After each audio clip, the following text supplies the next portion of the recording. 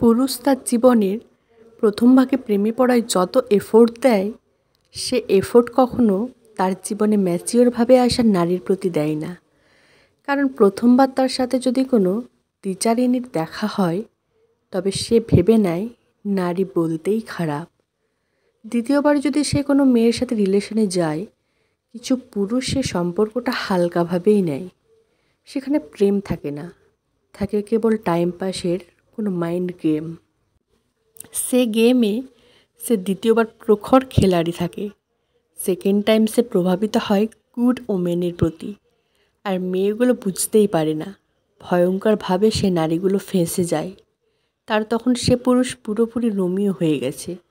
এবার সে পুরুষ আর ভুল করে না, দ্বিতীয়বার সিলেক্ট করার ক্ষেত্রে চুজি হয়। বেছে বেছে অনেক ভালো ইমোশনাল মেয়েগুলোকে চুজ করে, যাতে করে পুরো গেম কন্ট্রোলটা সে নিজেই করতে পারে।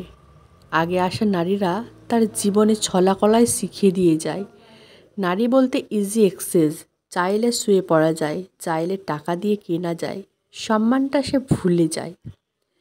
দ্বিতীয় নারীটি যখন প্রচণ্ড ভালোবাসে, তাকে সমস্ত জীবনের জমানো ভালোবাসাও যদি দান করে, পুরুষটি তাও নারীটিকে সস্তায় ভাবে। তার অতীত জীবনের তিক্ত অভিজ্ঞতা পরে নারীটিকে খেসারত হিসেবে দিতে হয়। তখন শুরু হয় সম্পর্কের ভাটা। সম্পর্কে যখন নারীটি জেনে যায় তাকে কেবলমাত্র ব্যবহার করা হয়েছিল হিল করার জন্য, তখন নারীটি অসহায় বোধ করে, নারীটি ট্রমায় চলে যায়। তার কাছে কাকুতি মিনতি করে, কিন্তু তখন পুরুষটির মন গলে না।